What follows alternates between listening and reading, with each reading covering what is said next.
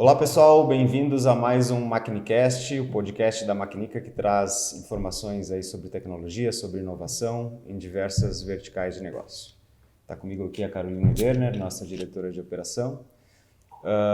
E hoje a gente vai fazer mais uma edição de uma linha que a gente está iniciando o trabalho agora, que é o agronegócio.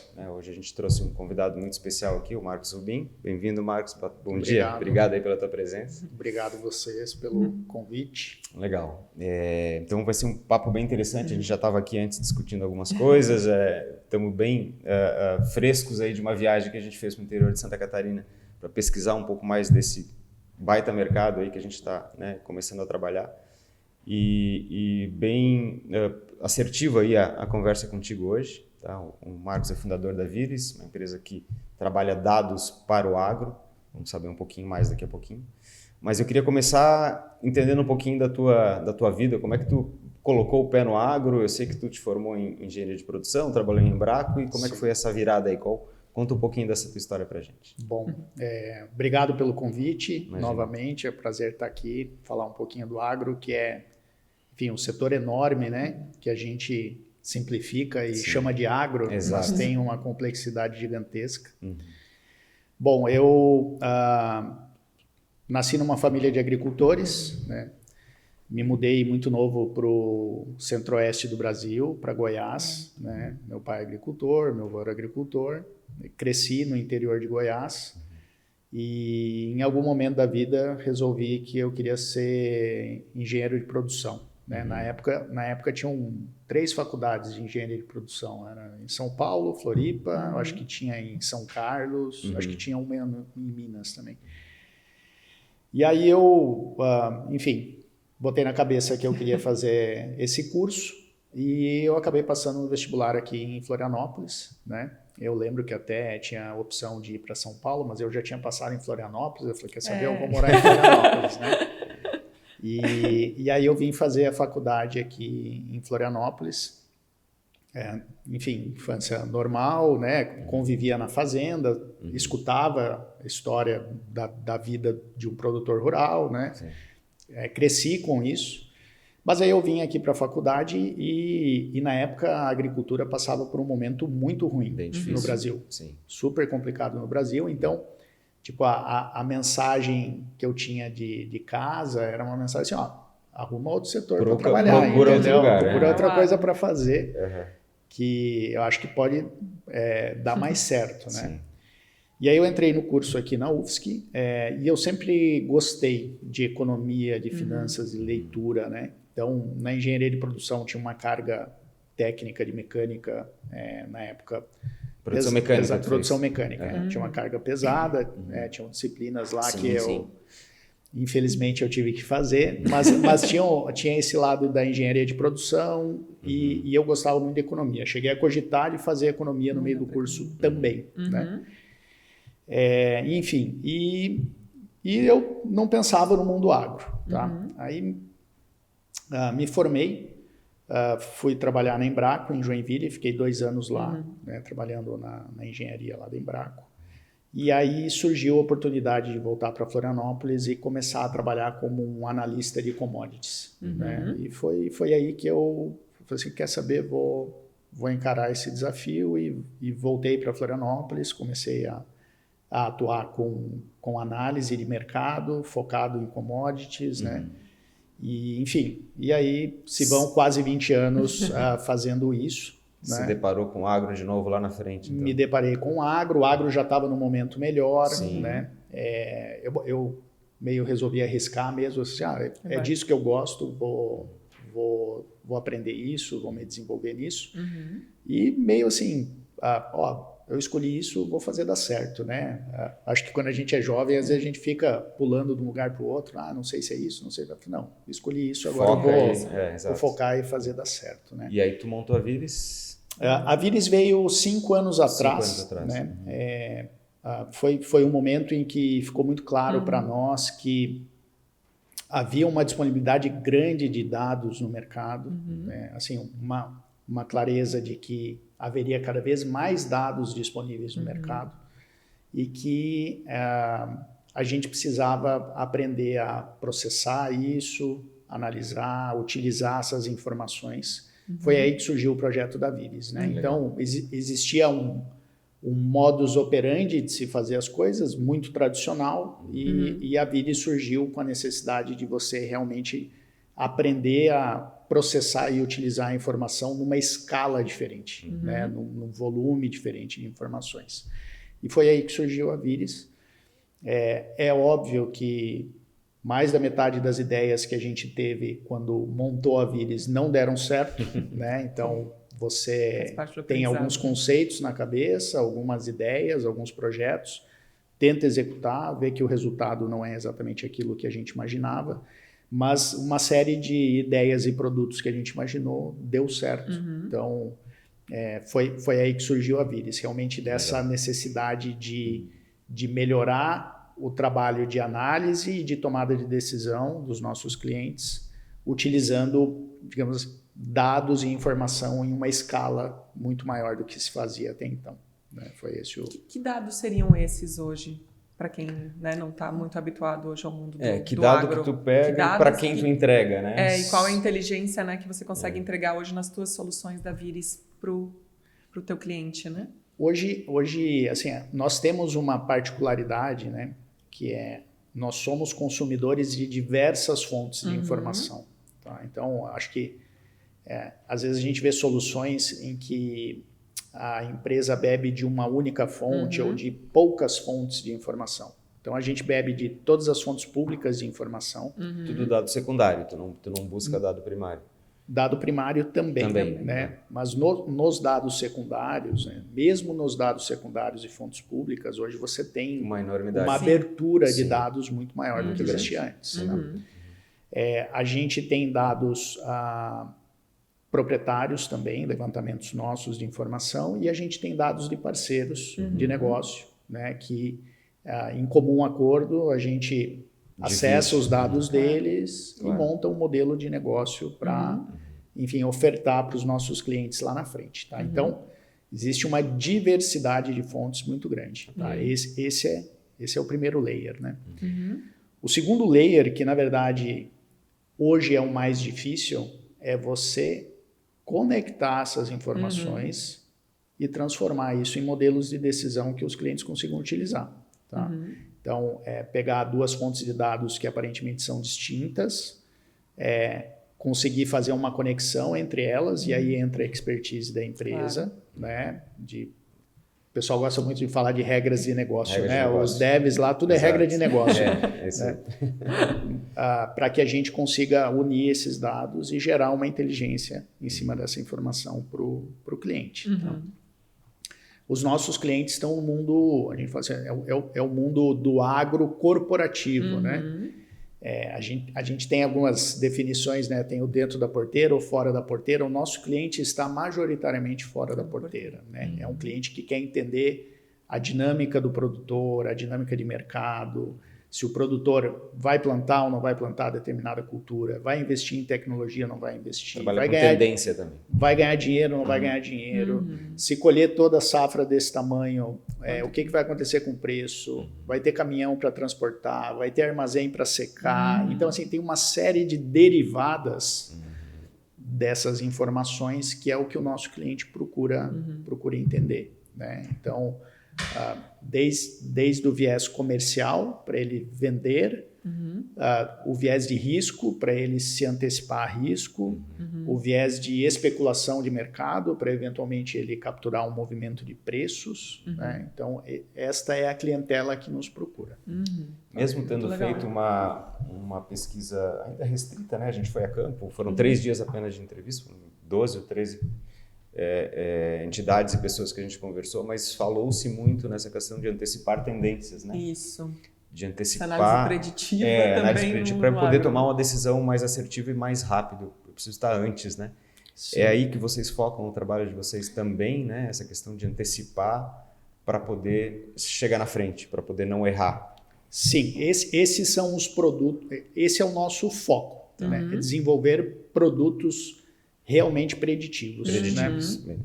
Então, por exemplo, quando a gente olha para a safra de soja ou de milho no Brasil, né?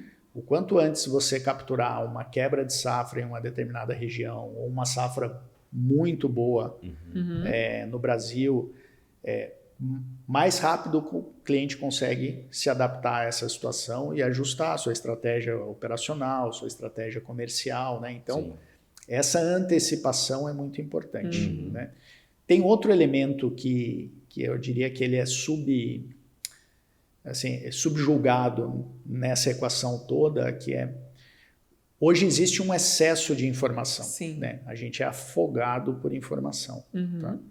E normalmente é uma informação duvidosa. Ruim. Sim. Tá? Então, parte do nosso trabalho... Separar o joio do trigo. É que a gente fala assim, é colocar a bola no chão. Né? Então, assim, se você abrir o WhatsApp, abrir a internet... aquilo te deixa, digamos assim, frenético, ansioso, né? Fica louco. Exato. Então, assim, com o nosso cliente não é diferente. Ele é bombardeado por informação. Meu Deus, o que está acontecendo? O meu negócio, digamos assim, vai andar para trás com esse cenário. Então, a gente ajuda também o cliente a falar assim, não, isso aqui é ruído, não presta atenção. Isso aqui não é ruído, mas tem um impacto reduzido, tá? Isso aqui é relevante, isso aqui tu tem que prestar atenção. Então, tu consegue fazer esse filtro e tentar direcionar a informação correta para o momento correto. E isso é um trabalho mais analítico mais de cenários, né? Então,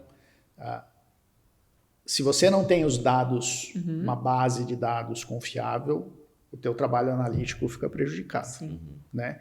E se o teu trabalho analítico é feito só com base no que tu lê nos jornais, certamente também o teu trabalho fica prejudicado. Então é importante você ter essa base confiável de informação, muito bom. Você ter dados secundários, mas você também ter os seus dados primários, tá? Para que você consiga fazer esse trabalho analítico de uma forma precisa e ajude o cliente realmente a não se precipitar, a tomar a decisão correta, até uma visão, a gente fala muito lá, né, primeiro eu quero que o meu cliente tome a decisão na direção correta, né? Depois da forma mais precisa possível, né? Às vezes simplesmente a direção correta já é suficiente para ele estar tomando uma decisão excelente ou muito melhor do que ele tomaria no meio do furacão, né, de informações e tomar decisão. Isso adiciona um valor, né, gera redução de custo, isso consegue realmente colocar o cliente num patamar diferente em relação a quem não está fazendo uma análise de dados inteligente, né, acho bem E é bem nessa linha que a gente está trabalhando o nosso produto, que é trabalhar as doenças, né, Carol? Isso. E ver como que o produtor, ou a cooperativa, ou o técnico do campo consegue trabalhar na predição, entender as doenças, o comportamento delas e agir rapidamente sem deixar que ela comprometa a lavoura, né? Isso, a gente está desenvolvendo, né, um aplicativo, uma plataforma inteligente, na verdade, que vai ser lançada em breve. Então, a gente vai usar essa tecnologia, né, da parceria global aí da Maquinica com a Embrapa também. A gente fez um trabalho muito bacana com eles. E a gente está trabalhando com essa parte de detecção de doenças em plantas, primeiro em soja e milho, que eu acho que hoje é o foco o carro-chefe. Né? Mas a ideia também é trazer informações preditivas das doenças também, para ajudar o produtor aí na parte social também do mercado. Então... E essa questão, você trabalha bastante forte, né? Dados, predição, versus o pensamento antigo da intuição, que ainda predomina em muita parte. Essa mudança já está acontecendo, é clara, né? Essa velocidade essa velocidade da mudança em si, né? Você enxerga isso como um fator que é realidade no nosso mercado hoje, Brasil? Sim, hoje, sem dúvida nenhuma, dentro das propriedades rurais, o produtor tem adotado tecnologia e informação de forma geral. Isso é fato. Cada vez mais, isso é fato. Legal. O que eu acho que acontece no mundo do agro, né, talvez seja diferente de um varejo ou de uma indústria, tudo no agro é medido em safras. Certo. Né? Então, talvez numa indústria... você tem ali números de produção mensais para bater. Sim. No agro, a tomada de decisão do produtor, ele vai comprar um fertilizante, é uma tomada de decisão por ano. Né? Sim. A gente estava comentando aqui, a gente entra no Mercado Livre e faz 10 compras no mês, sei lá, 5 compras no mês, né? Então, tudo no agro é um pouco mais lento. É mais lento para você validar os produtos que você desenvolve, é mais lento para você entender se a tua ferramenta de predição ela é assertiva ou não, porque você às vezes tem um momento no ano para validar aquilo. Até porque a tua decisão ela é única, você só tem um tiro para matar o tigre ali, né? Se não é só no ano que vem, você vai perder a safra. Então, o agro tem essas particularidades, né? Sim. E, obviamente, dentro da propriedade rural, eu acho que assim, existem dificuldades inerentes de uma propriedade rural, né? Tudo é mais rústico, às vezes não tem conexão com a internet, existe um modo de se fazer as coisas que às vezes é focado numa única pessoa, não é uma organização, né, que você traz uma governança, mentes frescas para ajudar a tomar decisões sobre outro ponto de vista, outro ângulo. Exato. É um produtor que está lá fazendo aquilo há 20 anos, né? Tem uma frase que eu sempre escuto, que eu escutei uma vez e sempre me chamou a atenção, né? Que escutei uma pessoa definindo o produtor americano e o produtor brasileiro, né? E ele falou o seguinte, né? Ele falou, o produtor americano, apesar da gente achar que ele é muito mais tecnificado, e Estados Unidos de forma geral, né? Esse preconceito que a gente tem, ele falou assim, o produtor americano, ele adora falar que ele faz as coisas exatamente do jeito que o pai dele fazia e que o avô dele fazia e que o bisavô dele fazia. Então, assim, uma tradição aí. Uma tradição. Ele falou assim, eu nunca escutei o produtor brasileiro falando isso. Olha que interessante. Então, você vê, certo? E era um americano falando isso, né? Ele falou assim, isso mostra um pouco o quanto o produtor brasileiro está eventualmente mais aberto às novidades, à mudança, do que um produtor americano. Mas tudo dentro da propriedade tem uma latência menor, né? De ocorrência, de eventos, de teste, né? Então, não tenho dúvida que as fazendas vão se tecnificar cada vez mais, as propriedades agrícolas, isso aí vai... Você comentou em conectividade, né? A Carol entrevistou esses dias a Cláudia Botelho, ela é engenheira da Secretaria de Inovação do governo, e o trabalho dela realmente hoje é aumentar a conectividade no estado de Santa Catarina. Sim. Então, porque as áreas rurais é apenas 50% de cobertura. Né? Então, realmente é um ponto que, quando isso aumentar, né, a conectividade, a gente vai conseguir expandir e escalar também várias a aplicações. né? Muitas tecnologias e aplicações dependem disso e, logicamente, se não tiver a conectividade, que é a infraestrutura básica, elas não vão rodar, né? Sim. Então, ainda há um compasso de espera para que a coisa... Provavelmente até avance, mais né? dados ainda vão ser coletados em campo, né? Exato. Porque muitas vezes hoje tem coisas que a gente nem deve estar coletando, né? Hoje... acho que a Starlink fez Ajudou uma muito, revolução, né? já fez uma revolução. E eu acho que existe esse campo dentro da propriedade agrícola que é realmente a telemetria agrícola, né? De maquinário, de sensoriamento. Isso aí hoje já é uma quantidade de informação absurda, né? Disponível para o produtor, né? Muitos utilizam bem, muitos não utilizam e nunca vão utilizar, né? Eu acho que isso faz parte do mercado, mas já mostra claramente uma crescente do volume de informação dentro da propriedade, né? Mas app de acompanhamento de pragas, de doenças, né? Tudo isso está evoluindo bastante. E tu enxerga falando ali na tradição, né? Essa renovação no campo, né? Porque até poucos anos atrás falava-se muito no êxodo rural, né? Sim. Não tão pouco assim, mas enfim. Hoje isso tem mudado, os jovens estão enxergando esse potencial que a tecnologia pode trazer para o agro e melhorar essa produção e fazer dali uma carreira mais assertiva, como na tua história tu contou, né? Naquela época a gente não tinha muito essa perspectiva. Hoje existe por conta da tecnologia? Isso é uma realidade? Hoje, sem dúvida nenhuma, a nova geração ela já chega com uma tecnologia no bolso. Mas ela quer ficar no campo? Olha, esse é um bom ponto, tá? eu entendo que tudo depende da escala. Tá? Então, eu entendo que em Santa Catarina, no Rio Grande do Sul, é um grande desafio você manter o jovem no campo, dependendo da escala, do tamanho da propriedade. Né? Porque, o que é o processo natural? Né? Uma família tem uma propriedade, tem 3, 4 filhos, você vai quebrando aquela propriedade, ela vai ficando cada vez menor. Né? E até o ponto que, às vezes, não é economicamente atrativo para o jovem. Exato. Né? Então, esse é um desafio. Esse é um desafio enorme. Né? É claro, Santa Catarina tem uma estrutura fundiária muito própria. Né? Santa Catarina, Rio Grande do Sul são regiões com estruturas fundiárias totalmente diferentes de um Mato Grosso, de uma Bahia, de um Maranhão, do Piauí, que tem propriedades numa escala diferente, né? Culturas agrícolas diferentes, enfim. Então, eu acho que a tecnologia é uma ferramenta que ajuda, sem dúvida nenhuma. Né? Imagina que certamente acelera o processo de aprendizado. Né?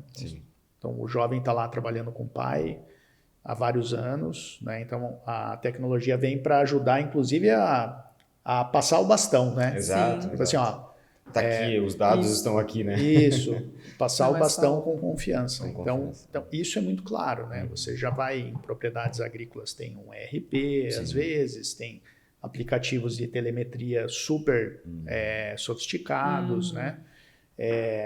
Enfim, acompanhamento de chuvas, tomadas de decisão com base em informação.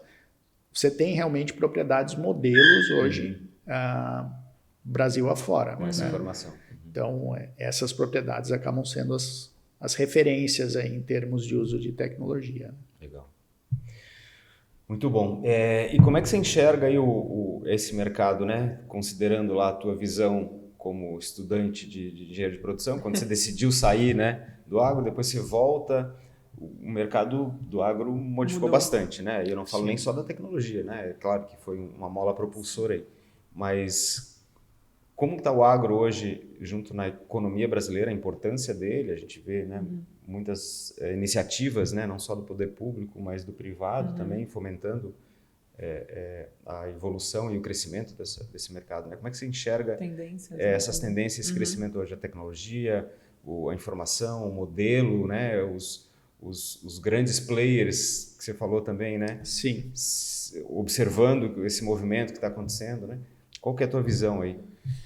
Bom, assim, para nós que estamos no agro, né, não existe dúvida nenhuma de que o Brasil é o país perfeito para a produção agrícola.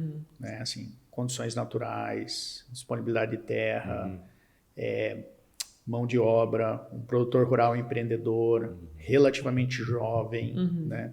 Então, assim, é o lugar perfeito para o agro. E eu entendo que os últimos 30 anos do agro, que o agro saiu de um setor, digamos assim, do interior, né? Aquele colono lá, para algo que, digamos, se destaca até no meio urbano, né? É resultado dessas cultura também, dessas características muito favoráveis que o Brasil tem. Né? Então, e o agro é um setor cíclico, né? Extremamente cíclico. É um setor de commodities, é cíclico no sentido de que os preços por 2, 3 anos disparam, o setor cresce muito. Margens mais altas, gera excessos, né? É que nem a bolsa quando está subindo muito, né? Todo mundo acha que vai ganhar dinheiro para sempre. E de repente os preços despencam e o setor passa por momentos de ajuste, né? A gente está mais ou menos no momento de ajuste hoje, né? Assim, a gente passou por um período de euforia enorme em 2021, 22, 23, né? E a gente está num processo de ajuste. O agro é muito grande, né? Você vê, a gente tem o setor de carnes, que Santa Catarina é uma referência enorme, referência global, né? Tem o setor de laranja, o estado de São Paulo é referência, né? Referência global. Soja permeia o país inteiro. Somos disparados o maior produtor de soja, né? Temos uma produção de milho gigantesca que permeia o Brasil inteiro, né? O arroz também, Rio Grande do Sul. O arroz no Rio Grande do Sul, mais mercado doméstico. Não somos uma referência global em arroz, né? Mas somos em soja, somos em milho, somos em carnes, né? Somos em suco de laranja. Em açúcar, o estado de São Paulo também, né? O estado de São Paulo é uma potência agrícola. A gente lembra muito do estado de São Paulo pela referência de serviço, indústria, o estado mais desenvolvido do Brasil, mas em termos agrícolas, São Paulo é uma potência também, né? O estado completo, né? Nós estamos gradativamente também industrializando os nossos produtos, né? Então, tem uma brincadeira, né, que um frango é um milho de asas, né? Então, assim, a gente pega o milho, agrega valor, produz frango. Beneficiamento. Hoje produz diversos tipos de cortes para diferentes mercados, agrega valor, né? Por exemplo, hoje a gente produz etanol de milho no Brasil. Sim. É uma das indústrias que mais crescem no Brasil dentro do agro. Atualmente é o etanol à base de milho. Olha só. Né? A gente produz etanol, sempre produziu etanol à base de cana-de-açúcar. E hoje a gente produz etanol à base de milho. Então, você está pegando milho, produzindo um combustível, energia, né? Mais um potencial para o milho. Hoje você tem a indústria de biodiesel no Brasil. Então, você tem mandatos de mistura de biodiesel no óleo diesel. E a principal matéria-prima do biodiesel é o óleo de soja. Né? Então, hoje você pega a soja, agrega valor produzindo óleo, agrega valor produzindo biodiesel, que vira combustível. Então, e tudo isso tem uma conexão muito grande com as agendas de descarbonização, de economia verde, né? Sustentabilidade. Então, isso, assim, o Brasil, de forma geral, a gente sabe que ele é um pouco dividido com relação ao agro, né? Tem os apaixonados e tem os receosos, né? Mas, assim, o agro é um setor muito natural para o Brasil, com características excelentes aqui, que deveria ser abraçado por todos, né? E os resultados mostram isso, né? Quando a gente olha a curva de crescimento quando a gente olha comparativamente como cresceu a indústria, como cresceu os serviços, como cresceu o agro, como cresceu o setor público, o agro se destaca, né? E isso é fruto das características excelentes que a gente tem aqui e de uma geração de empreendedores sem dúvida. Agrícolas, muito simples lá no início, gente assim que queria simplesmente trabalhar e lavourar a terra, né, como eles falavam, até empresários super sofisticados que tem hoje no mercado. Né? Então, é um setor espetacular. Muito bom. E falando um pouco de visão de futuro, aí, tecnologia, como é que, né, no teu mercado aí de desenvolvimento, o que tu enxerga aí que vem por aí, né? Estamos falando hoje muito de inteligência artificial, data lake, base de dados, é um pouco aí a tua linha de trabalho, mas daqui 5, 10 anos, aí, como é que tu enxerga a evolução da tua empresa frente a essa evolução do mercado que a gente tem falado aqui, né? Hoje, para nós é muito claro, né, que a disponibilidade de dados, principalmente através de sistemas, de empresas, ela é abundante. Tá? E para nós lá como negócio, faz muito sentido construir essas parcerias de dados, né, e construir inteligência, produtos de inteligência em cima desses layers de dados hoje disponíveis. Né? Algumas fontes públicas, mas também muita fonte privada de informação. Né? Existem alguns desafios nesse processo, né? Porque normalmente a primeira reação de qualquer empresa quando ela tem uma base de dados interessante é ela olhar para dentro de casa e falar assim, ó, isso aqui vale ouro e eu vou fazer uso disso aqui. E o que a gente percebe nesses últimos anos é que a maior parte dessas iniciativas não tem sucesso, porque às vezes ela se desloca muito do core business da empresa. A empresa vende software, ela tem um banco de dados riquíssimo que poderia ajudar um produtor rural a tomar decisão.